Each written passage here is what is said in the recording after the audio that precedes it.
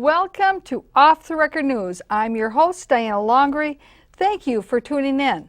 Off the Record News is brought to you live from the SCC studios out of White Bear Lake. And through a cooperative agreement, this program is also simultaneously broadcast to those studios out of the Roseville viewing area, the CTV studios. As a result of this cooperative effort, this program reaches out to and serves approximately 28 communities in the Northeast metropolitan area. Now, we also do rebroadcast, cablecast, different times and dates, and also in other public access studios. So if you are watching this on a date other than October 28th, unfortunately, you won't be able to call in with any questions, but you can always get a hold of me 24/7 on Facebook, and I would love to hear from you. Perhaps you've got a show topic that you would like to talk about here on the Citizens TV, or maybe you have some comments or some information that you think that I should be aware of that can help me with our broadcasts that we do here at Off the Record News. Now, Off the Record News is in its 14th year, where we have a brand new program every single week. And we do not know exactly, for those of you who live in Maplewood, we do not know exactly what's going to happen come January 1st, because as I'm sure you've already heard, the Maplewood City Council has taken a vote and they have decided to withdraw from the Joint Powers Agreement that hooks them up together with the communities that are a part of this studio. They've decided to go it on their own, and at the last City Council meeting, they assured everybody that the government channel would still be on and everyone could watch, in Maplewood could watch the government channel. However, they were silent on whether or not they were going to allow any other programming to be a part of their broadcasts. Now, what's ironic is that one of the individuals who lives in Maplewood, who has a program here on Channel 15, happens to be Senator Chuck Weger. And he plays his program on Channel 15, the same channel that you're watching this program on. And at the council meeting, they said that, well, don't worry, you will still be able to see Senator Chuck Weger's show because it's related to government and we will put it on the government channel. And I would challenge the City Council and say that certainly this program predominantly is about government, and I'm a Maplewood resident, the same as Senator Chuck Weger, and my program is about government and should also be treated the same and should be put on the government channel once Maplewood takes over. So now I understand we've got a caller on the line already. So let's get our caller out here and see what's on their mind. Thank you. Yes, Diana. I was at Caribou Coffee today, and who did I bump into? There was a table sitting next to me, and it was nothing other than Chuck Weger and Bach, and they were having a political conversation, which I heard bits and pieces of, talking about taxes. Uh-huh. And as the meeting broke up, I said, Chuck, what are you going to do about your show? I said, you're in Maplewood, they're no longer going to broadcast it. Well, he kind of mumbled a little bit and didn't have much to say, but I just thought I would relate that to you because that's what you're currently talking about. Yes. It'll be very interesting to see what he comes up with. Well, thank you for that tidbit of news. It's always great to get that impromptu information here on the program, live and in action. And for those of you who are watching this program, not only does Senator Chuck Weger live in Maplewood, but up until, I believe, a few months ago, and maybe he still does live in Maplewood, but Senator Bach also lived in Maplewood, right there off of, I believe, Mesabi Avenue, off of White Bear Avenue. I think he moved. Oh, okay. Well, but you see, what a convenient place for them to meet, right there in Maplewood, not too far from where both of them live. Interesting. Thank you Thank very you much. very much. Yes, thank you. Thank you. So what we're going to do here at Off the Record News is that we have in the past been putting our programming up on the internet, on YouTube, and people can watch the programming that way. And so once January rolls around, we are working out a plan such that those of you who live in Maplewood, that if you are unable to watch certainly this program, you will be able to watch it on YouTube. And we'll have more information on that as the plan progresses. And unfortunately, for those of you who don't have computers or who don't have the internet access, but you've been enjoying these programs on cable, PEG TV, well, we'll have to figure out a different plan for you, which may involve some type of a DVD exchange program of some type. So we are working on plans on still getting the programming out to those of you in Maplewood who might not be able to see this program come January 1st. Now I understand we've got another caller on the line. Caller, thank you for calling in. What's on your mind? Well, you're welcome. I'm calling just to say that they ought to leave the damn programs like they are. There's a lot of us people that enjoy watching these programs. Mm-hmm. Yes, thank you. Thank you very much. Well, you know, I enjoy doing them as well. Yeah. And I think it just stinks what they're doing. Yes.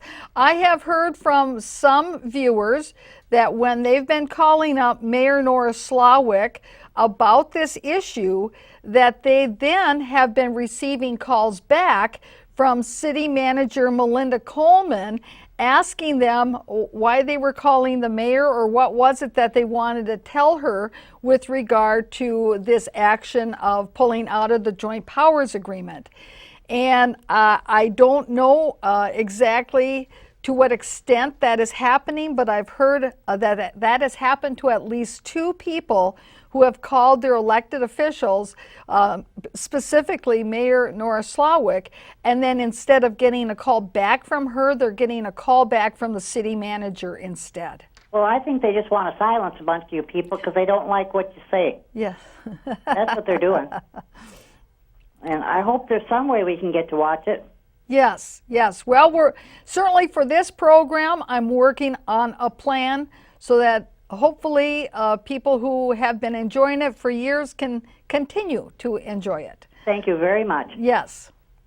Now, this evening, we are going to be focusing on a topic that has suddenly become a very hot topic for the Maplewood election. Now, for those of you who live in Maplewood, you got your Maplewood Living magazine, and there was in that magazine, there was the essay from each of the 4 candidates who are running for Maplewood City Council. The election's November 3rd, and certainly I encourage you to go out and vote.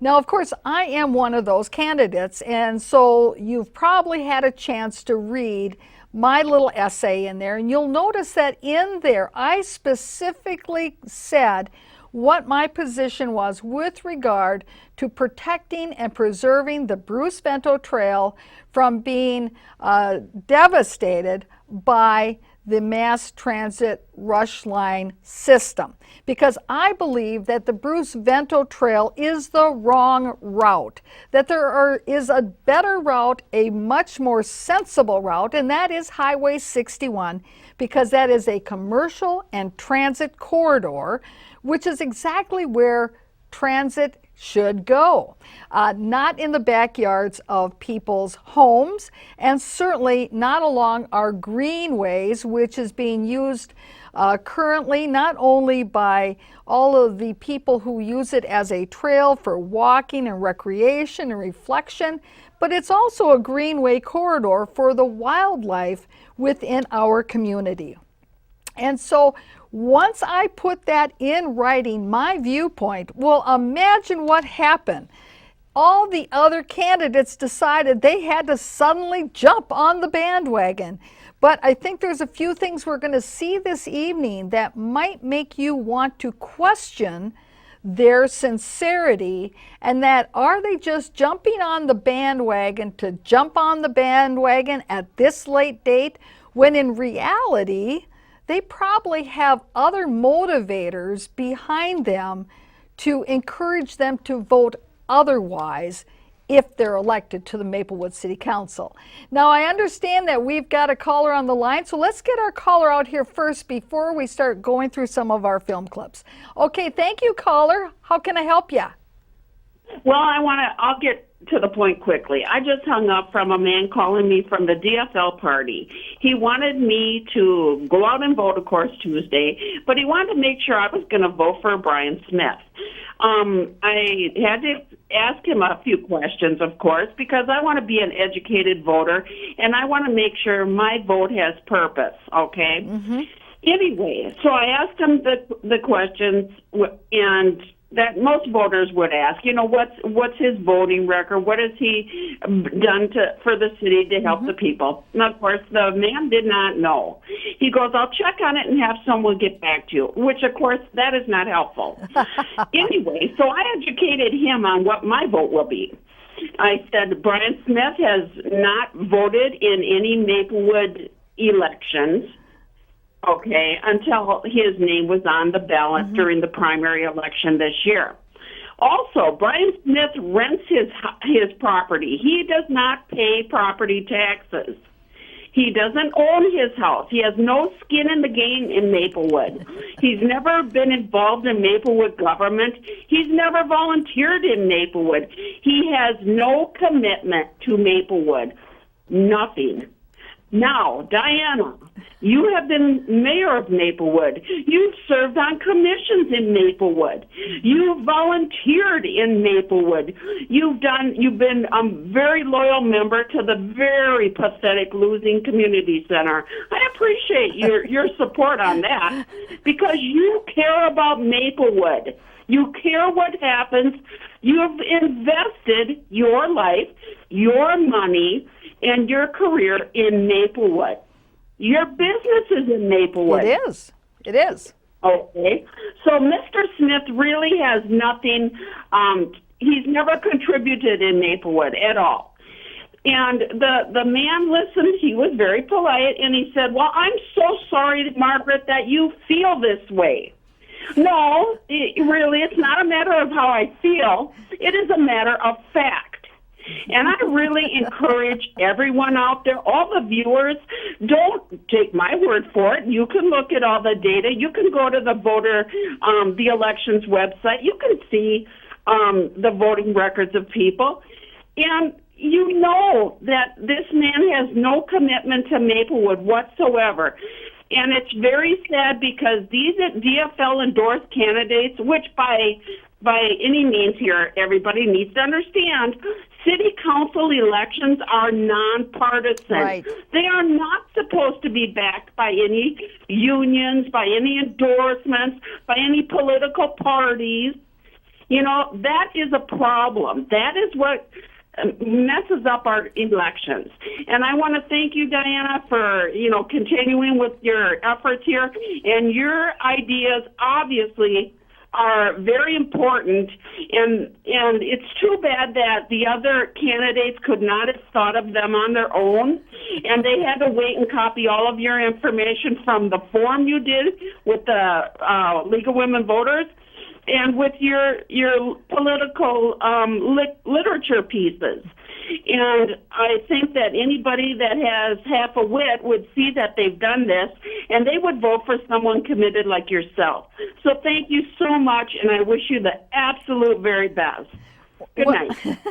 Well, thank you so much, caller. And you did bring out a good point that I noticed is that as the campaign went on, the political pieces of the other candidates, particularly Mr. Smith and Mr. Zhang, their campaign pieces started to change and started to actually emulate the issues that I had in my campaign pieces. And I guess I am flattered that is a sign of a leader, that others then take up the torch and then use the same words and the same issues and call them their own. And I'm glad in one respect that they are talking about those same issues, because those are the issues in Maplewood: the protection and the preservation of the Bruce Vento Trail, about keeping Maplewood affordable, that when you have your home here, that not only was it affordable to get into the home, but it remains affordable once you're there, which means that you need to really monitor the taxes and the spending and really put a check on that, because we have quite a few folks in Maplewood that are on fixed incomes. And statistics show, and I got this statistic right from the city manager, Melinda Coleman, that in 5 years, over 35% of the population of Maplewood is going to be 55 years or older. Now think about that for a moment. That means that as time goes on, our population in Maplewood, that portion that are on fixed income, are going to increase steadily over time, which means that we have to be more cognizant of our spending patterns right now before it becomes absolutely critical, because the folks who live in our community absolutely have no more else to give. Now, I understand we got a caller on the line. Let's get our caller out here. Thank you for calling in. Questions or comments? Thank you, Diana. Now, I happen to be one of those senior citizens you're talking about. Now, Mr. Zong and Mr. Smith, neither one of them own property or have a home in Maplewood where they're paying real estate tax, but they will still be voting for increasing taxes of us, the senior citizens, and all the other residents of Maplewood, and they have no skin in the game. So why do they care what they're, they can vote for as high as they want to go, because it isn't going to affect them. And that's what scares me on this whole deal with those two people. Mm-hmm. Thank you. Well, thank you very much. And just for those of you who are wondering, I have owned a home in Maplewood since 1983. And I imagine that I will continue to own a home here in Maplewood for as long as I can stand on my 2 feet. So anyway, Maplewood's my home. That's why I'm very passionate about it and want to do what I can to help Maplewood have a bright and positive future. Now, the topic that I want to get into this evening and really touch upon is a town hall meeting that I went to not too long ago about the Rushline options, about where the routes might go as they pass through Maplewood. And I thought it was a very important meeting to go to, because it was at the Maplewood Community Center, and so they had a lot of different tables where there were different stations you could look at things, and what they were really looking to do was to have people identify where they wanted to have the stations for the Rushline. Not to say, should it be going down the Vento Trail or not, but just tell us where you want the station. So they were using an assumptive close, which, having been a regional field training sales manager before I became an attorney, I can recognize those types of techniques very easily, because I used to teach those kinds of techniques. And that if you want to try to help move your sale along, you can use an assumptive close, and then people don't fight too much against it because they're kind of at a loss of what to do next. Well, that's what kind of happened at this meeting.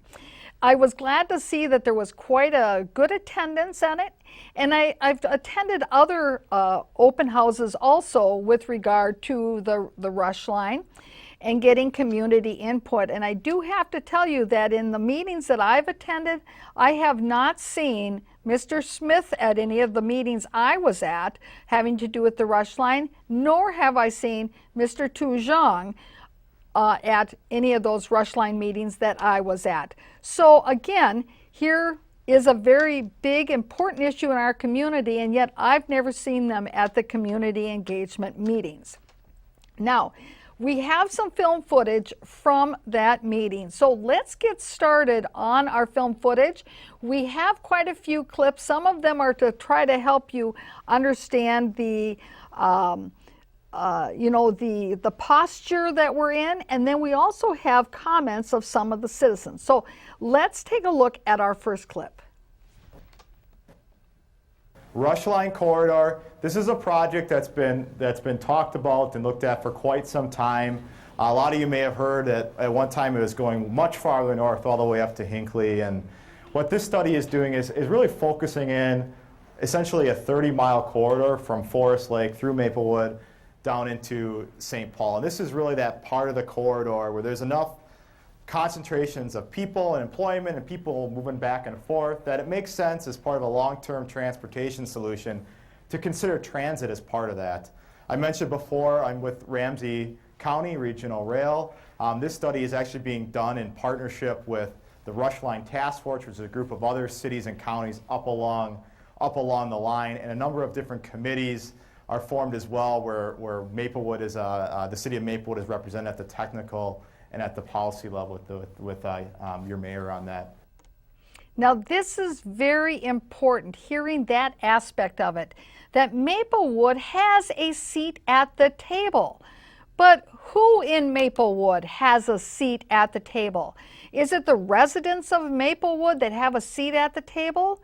Or is it just a couple of select people that are promoting their personal ideas and their personal agendas about how they feel about how they're going to do empire building in Maplewood? Because certainly the residents don't have a seat at this table that he's talking about, at that policy table, but our mayor does. And I talked to an individual at one of these meetings, one of the staff people, and I says, okay, so you've got these representatives from the various cities on these subcommittees. Now, is it expected that those representatives from those cities, that they actually have been going back to their community and talking with their other fellow elected representatives to figure out what the collective viewpoint is to then bring back to the subcommittee?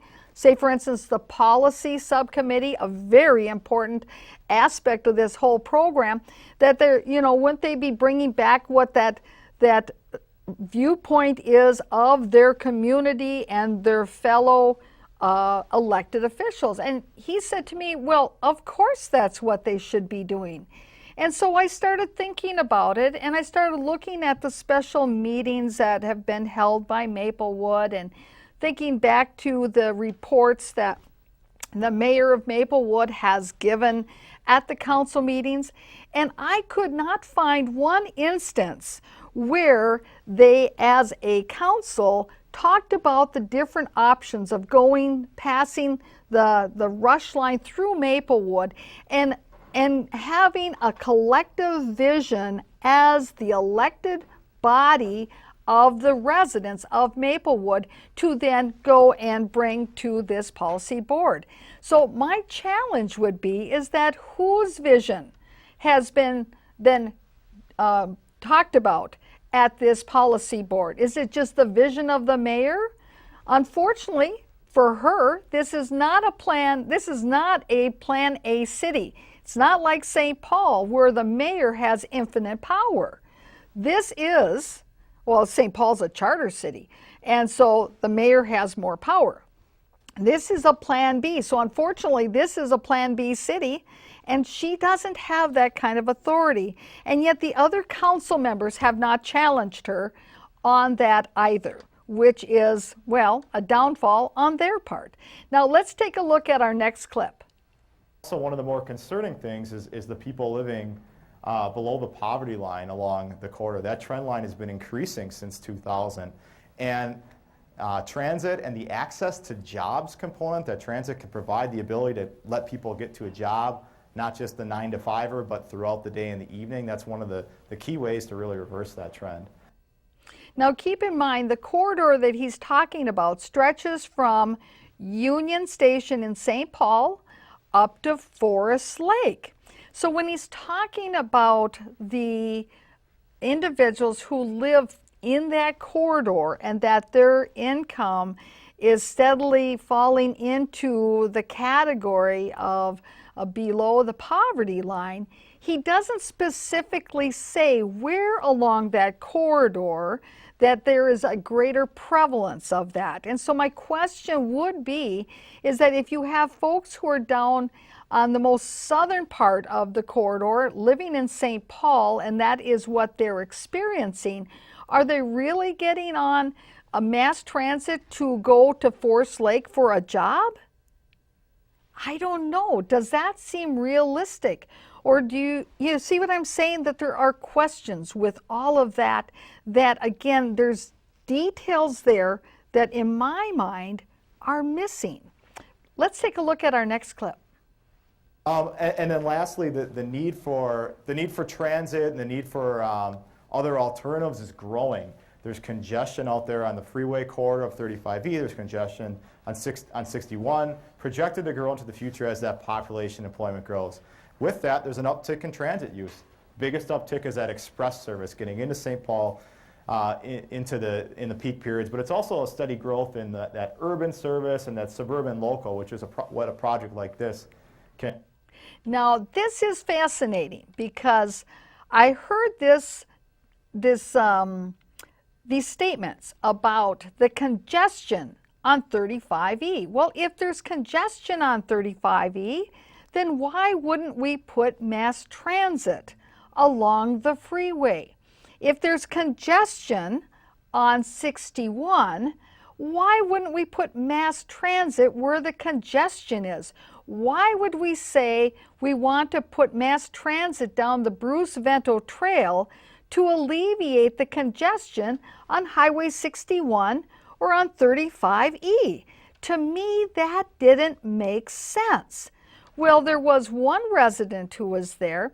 She stood up and she said that she works with folks that are up by Forest Lake and in that area of the metro area where there were a lot of these express buses, but eventually they really got cut because there weren't enough people riding them. And so that's consistent with what he was saying, that the ridership of these express buses going up north in the corridor is increasing. So I didn't understand. And then later in his presentation, he said something that was again contrary to what he said earlier in his presentation. So let's take a look. Go ahead. 1 to 2 miles being developed. And then probably the last one is really the most significant about this first phase of the study, is looking at options on 35E for the Rushline corridor were taken off the table. And really that has to do with that corridor is actually pretty well served, or it's starting to build up its base now. There's been a park and ride that's gone in at Lionel Lakes. There's the Maplewood Mall. There's options to serve that corridor, and that really serves that direct connection into St. Paul. And also the MinPass project, which there's information on, which is going to be opening and operating in how long? Part of it end of this year and further north end of next year. Yep, and she can answer all your questions on MinPass over there as well. So what I heard him say is that 35E was taken off the table as an option for the route because they've got other solutions going on there. And that is going to take care of the congestion that he was talking about earlier that justifies the need for the Rushline mass transit. Now, that is fascinating, isn't it? And again, it doesn't address why they can't use or why they shouldn't be using Highway 61, because as you saw in that first slide and that picture of the corridor, it shows Highway 61 as an option in the corridor. So now let's take a look at our next clip.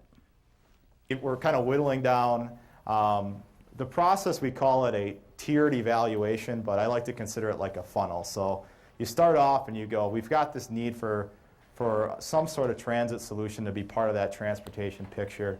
And you start to look at everything that could potentially work, and you start to work your way down and funnel your way down, and then you into your second level, which is from tier 1 to a tier 2. And tier 3, you come up with what, in the end, what makes sense from a performance standpoint. Is it going to move enough people? What's the cost of that going to be? What are the impacts? Are you unduly impacting one population over another? Are you providing equal service to different people? Are you accessing those destinations?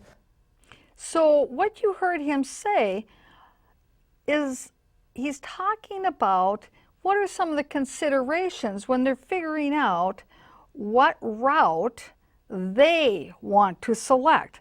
Not necessarily the route that the neighborhood wants to select, but the route that the planners want to select. Now, there are folks out there who have received this card from me.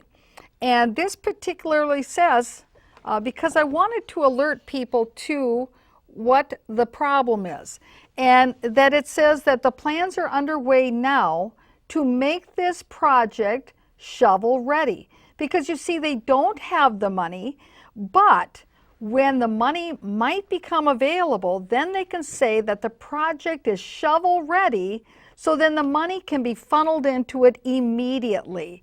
And so that is what they're busy doing, is trying to make this project shovel ready so that they can demonstrate that they have a plan on how they can use the Bruce Vento right-of-way in order to put their mass transit. And it also says on my card, and this is confirmed from that meeting that I was at, that in 2016 that the Maplewood City Council will vote on a route used to cross through Maplewood. And I have always been very clear that I believe that the correct route is Highway 61, because that is a commercial and transit corridor. I mean, there is firm justification why it should be Highway 61. You are not going to have economic development in the backyards of people's homes along the trail in single-family residential neighborhoods. That is not something that makes any kind of logical sense. All it simply is a cut-through that will destroy the Bruce Vento Trail. Now, we've got a clip a little later on where he talks about the fact that they would like to have it coexist with the trail. And certainly if it were coexisting with the trail side by side, then it would be easy enough for a candidate to say that, not on the Bruce Vento Trail, but when you read the other words on here, it makes you think, you know, it actually has a little slip-slidey room to say that, it would be okay to coexist, because it's not actually on the trail, it's next to the trail. So be careful of that. And this is a reason why I'm going to show this to you, that I think that we need to take a look at our map here, because the route that would go with the, where you would have, where the planners are telling you that they want to push for, and that Norris Slawick, the mayor of Maplewood, is pushing for, is this route here, which would go right up along and use the Bruce Vento Trail right of way. But you see here, this is the Phelan Parkway. Now you see here, there's a yellow circle there, and what does it say that is? That is Phelan Village. And you heard him say that one of their considerations is who will it serve? Well, for those of you who may or may not have gone over to the Phelan Village, first of all, I got to tell you, I like the Phelan Village. I go to the Phelan Village quite often, because that is a great place to find very good, authentic, homemade Hmong food.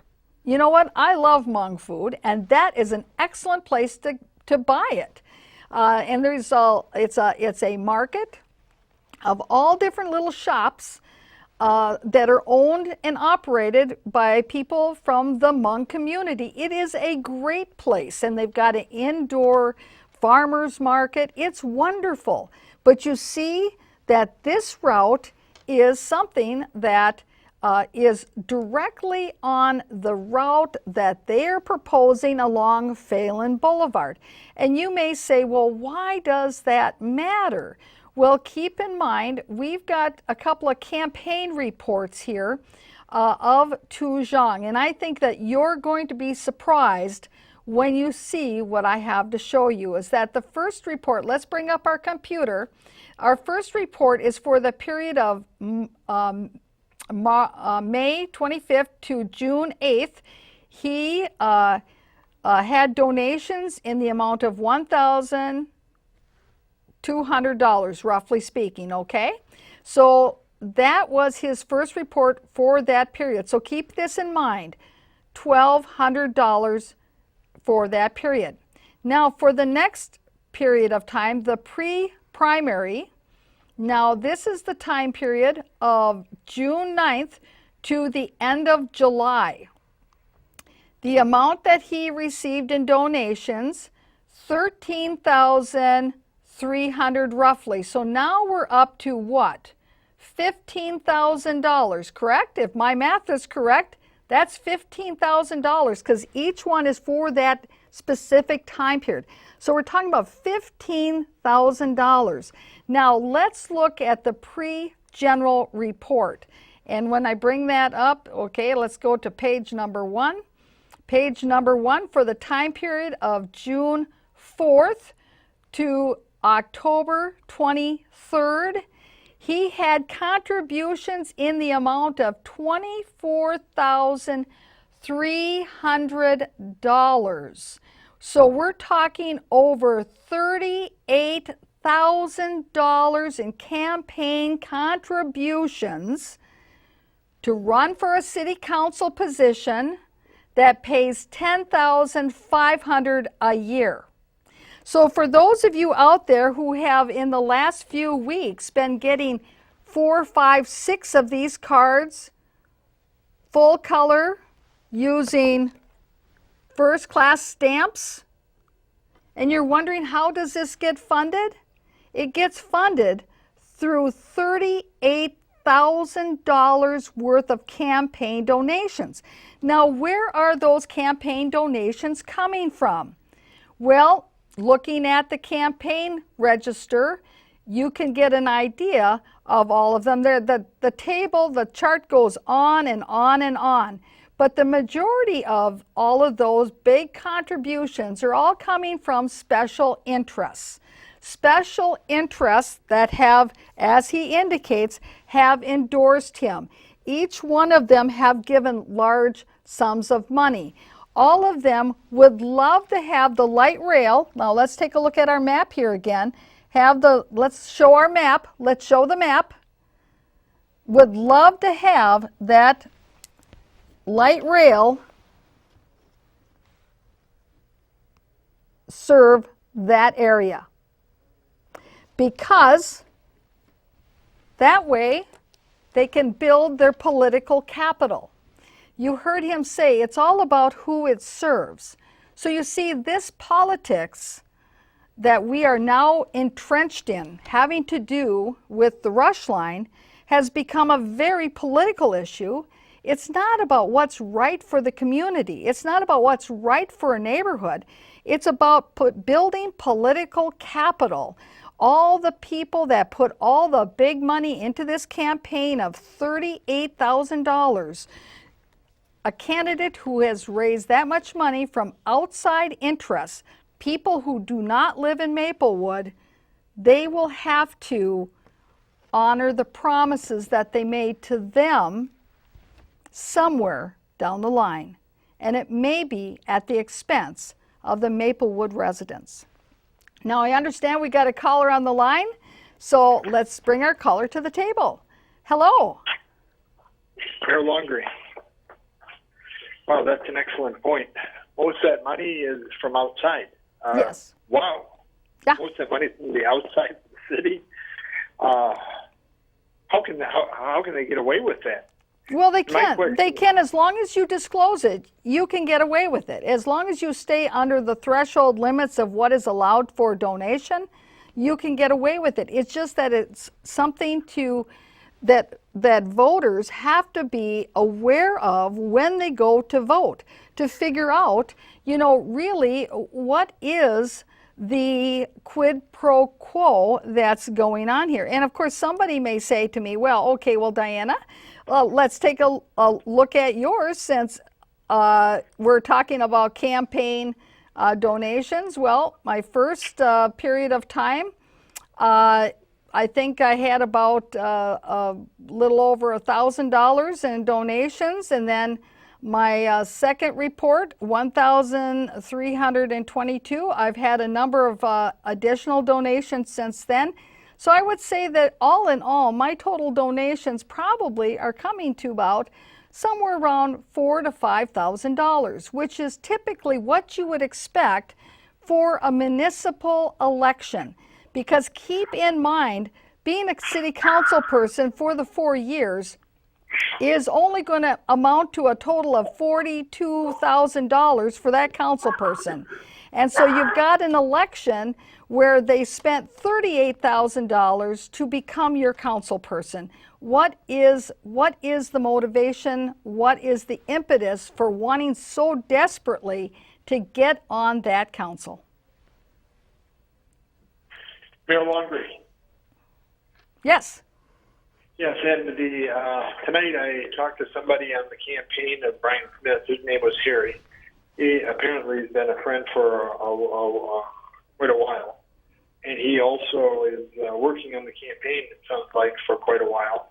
I asked him where he stood on the environmental, ecological, nature Bruce Vento trail, if he were building on it or not, and he said he didn't know.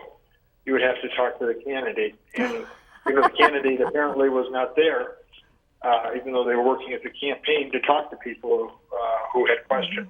Mm-hmm. So I'm thinking there's a problem here, and I've been looking to find his reason. So this is very odd to me. It's very odd. The other thing is I received a card here from one of the other candidates, Jean, and of course on that card it says that he says no on the Bruce Vento trail, and I'm thinking on might be the key word there. Of course, he's a lawyer, and so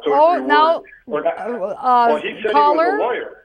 Well, yes. But I have shown on this program that as late as recent as 2 weeks ago at the attorney registration site, that he is not a registered lawyer in Minnesota. Wow. So, okay, so we got a Halloween trick-or-treat, it sounds like. I wonder if that's what's going on with that card, because I'm thinking there's nothing on that card that he said about the environment, about the greenway, about the ecology. So I'm thinking what he's trying to tell me is that he wants to build a trail, Bruce Vento trail alongside the light rail mass transit, and he wants to put a sound barrier wall, cut down all the trees because it takes quite a bit of room, and you're just going to have a corridor of cement and asphalt. Well, and at this, that's not acceptable to me. Right, and at this meeting, they actually were talking about that co-location concept, and so let's since the caller brought it up, let's move ahead to our clip that says co-location. So I don't know what the number is, but it's labeled co-location. So we can hear them talk about this. Let's take a look. Make that trip. So I do want to touch on the three things that Let's get our video. That we are carrying forward. I'll start the first one with dedicated guideway BRT. So that's the bus with its own lane. And that's the only one we're looking at for the full length of the corridor up to Forest Lake. And if you're starting at the top, this is following Highway 61, or rail right-of-way that's actually owned by Washington County, and shares some track with Burlington Northern Santa Fe that's still in operation. And this is where, and one thing, if you've talked to any project staff, we made it very clear.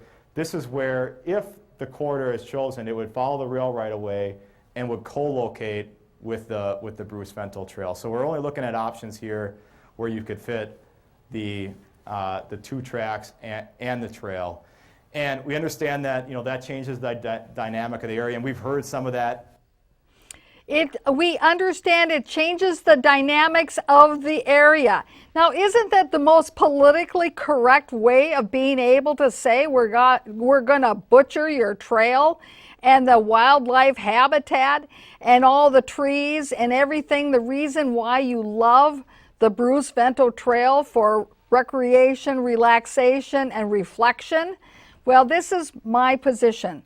My position is that the mass transit doesn't belong on the Bruce Vento Trail. It doesn't belong next to the Bruce Vento Trail. The Bruce Vento Trail right-of-way is the wrong, incorrect route. That the correct route is along a commercial transit corridor. That's my position, and it's very clear. And you won't find any words on my card which could be interpreted to mean anything other than what I just said. Whereas you can look at this gentleman's card and there's conflicting statements, and you might be able to read other positions in it.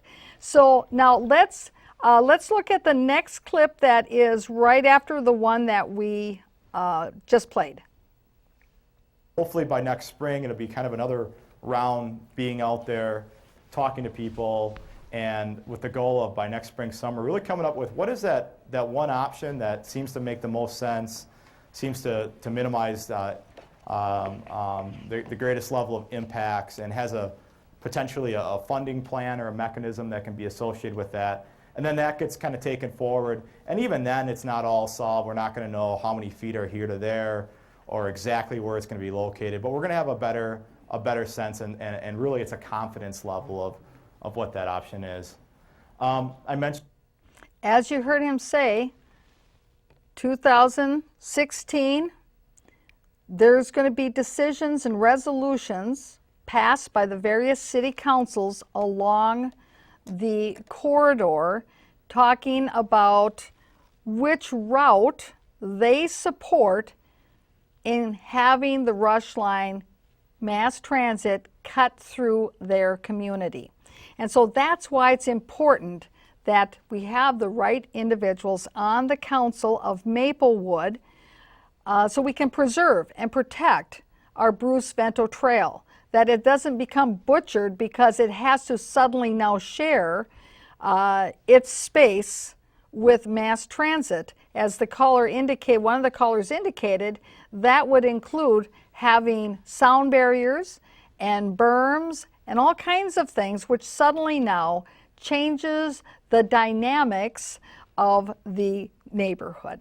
So let's go to the clip that says resident number A. Let's hear what some of the residents had to say. Oh, first of all, there's a clip before that where I think it says questions, or it's the one right, maybe it's clip number 10. Let's take a look at clip number 10. What it looks like. I was able to tour a project out in LA called the Orange Line, which was a BRT guideway that followed a rail corridor. And one of the things that they did was that each community along the line was able to do their own sort of landscaping that kind of fit in with that the overall theme of the community, to kind of make it and tailor it to theirs. So I think that those are things that, if this project moves forward, no matter what alignment it goes on, are going to be considerations that are going to be made. So is that something that will satisfy you if the Bruce Vento Nature Trail is devastated? Is that you get to pick and choose what kind of landscaping, specialized, custom-made landscaping you get to have along the mass transit route in your community? Is that sufficient? That's like telling the folks up there by Legacy Village who were speaking up against having the density for the Conifer Ridge changed from medium density to high density, and they were told it'll be okay. You're going to get a path and a special sign, a plaque put up. Well, that doesn't, you can't put frosting on a sour cake. It doesn't cut it. So now let's take a look at our next clip.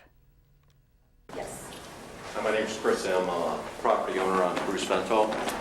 My question is kind of twofold. One, what's the project plan right now for the impact this study's having on our property values today? Just by running this study, you guys are already impacting my property value. Secondly, I have to disclose now to anyone that if I were to sell my house to, that you guys are running this study. So now you're impacting foot traffic to any houses that may be for sale. And third, once you guys go through your plan and actually build this monstrosity, how much are you guys going to compensate each landowner, and how much are you going to give them for insulation for their homes so that you can actually not hear a bus or a train going by every 10 to 15 minutes? Yeah.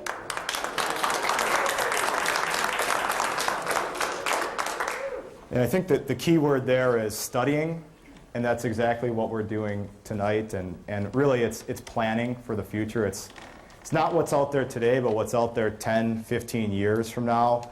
And you know, whether it's follow through with or not, it always makes sense to go ahead and take a look at what that could look like.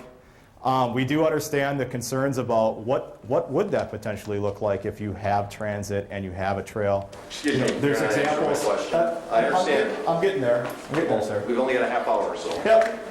Thank you. Yeah. So that's one of the things that Now, of course, earlier before they started taking questions, one of the planner ladies got up and told everybody how they needed to not have repeat questions, that they were going to keep it to a strict 30 minutes of questions, that you had to be respectful of other people's viewpoints and be respectful and all of that. Laid down the ground rules, and here's this guy filibustering and not really answering the question. So you've got the residents saying, hey, just get to the answer because we only got 30 minutes. We got such a big, community issue here. It's supposed to be engagement, and then they're only allotted 30 minutes. Oh my goodness. So let's take a look at because we're running down in time. One of the residents had a question for the mayor, and so let's go to our clip that says Nora on it, and then we'll go to the second part of it. Access for their employers as a recruiting tool. And that's one of the things that looking towards the future, the more that you can provide in that, the more you can really help that economic engine of not just the east side of the region in this area, but the overall region is having that kind of that transit system. So that's more of the kind of the global viewpoint of what then the study's going to talk a little bit more localized. I think that was more a question for the mayor on what's the benefit for mayor. As mayor, and Sandy Rummels here, probably my counsel is, if you go around the country and you look at what transit lines are doing, they're doing amazing things for cities. I mean, have you seen what's happened in St. Paul? Have you seen what's happened in Hiawatha? You looked at Gladstone, it looks horrible. Have you been down there? We have a light rail come through there. We have the potential for housing. We have the potential for restaurants. We have the potential for jobs. We have potential for places for people to go. There's a lot of potential here. Part of being a mayor, and when I started all this, I was a state representative, but part of being a mayor is we're supposed to be the visionaries for the city. And I want to listen. So, did you hear how she insulted everyone in the room? Because predominantly everyone in that room who was attending this outreach meeting was from the Gladstone community. And she just insulted them. And later on in the meeting, she says she lives at Phelan, kind of next to Gladstone. Well, I have to tell you, East Shore Drive is part of the Gladstone neighborhood. So she lives in Gladstone, and yet she didn't even want to admit she did. Now let's take a look at the next clip of her, because keep in mind everybody was informed that they had to be respectful. Go ahead. You know, Maplewood is a first-tier suburb. You know, we're on the front page practically every day for what? A homicide, a murder. Be dysfunctional. That's the old mayor, but you know, this is a different one. Come on. And of course, who was in that room? Myself. So you see, what a nice little commentary, very respectful, that she made. And you could see that the people of the room didn't appreciate it. So anyway, let's take a look at the clip of when I got up and I spoke with regard to my viewpoint at this community engagement meeting. Thank you for having this open house. Now, I will tell you that... You stand up so we can hear you. Okay. Thank you for having this open house. I am a business in the Gladstone neighborhood, and I am a little disturbed when it's described as being crappy, quite frankly, because it's not. I was also an original member of the Gladstone Coalition. That was a citizen group that worked very hard on the Gladstone Master Plan, which is collecting dust at City Hall. Now, while we are talking about developing Gladstone, I think we need to take into account that it is a residential neighborhood. I think we also have to remember that in all of Maplewood's considerations of looking at their comprehensive plan, they've looked at the trails, the Bruce Vento Trail being one of them, that it is a greenway for the nature and the wildlife and the human beings, and it's part of the quality of life in our residential community.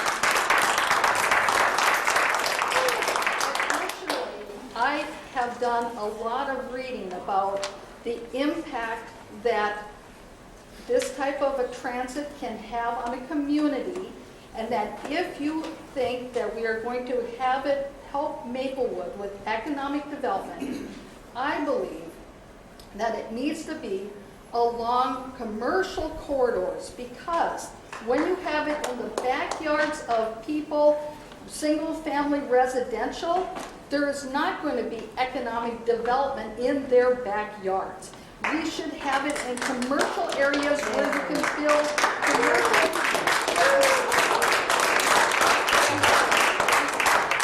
And we have paying jobs along those commercial corridors. Yes. So, the lady, you could see her up at the front there, she was trying to figure out how to wind it down, because she was worried that maybe I might say another thing that would get clapped for again. But it's what is, you know, the people who were there, they understand what is good for Maplewood. That if you're going to be working and on some type of a mass transit system, it only makes sense that it's along commercial transit corridors. You're not going to be creating jobs in people's backyards. And so when the one candidate says alternative options must be explored, well, you see, you've heard that they're already done with the exploring phase of this. They are now at Tier 1, where they're looking at the ones that they've whittled down, which is the best option. There is nothing more to be explored.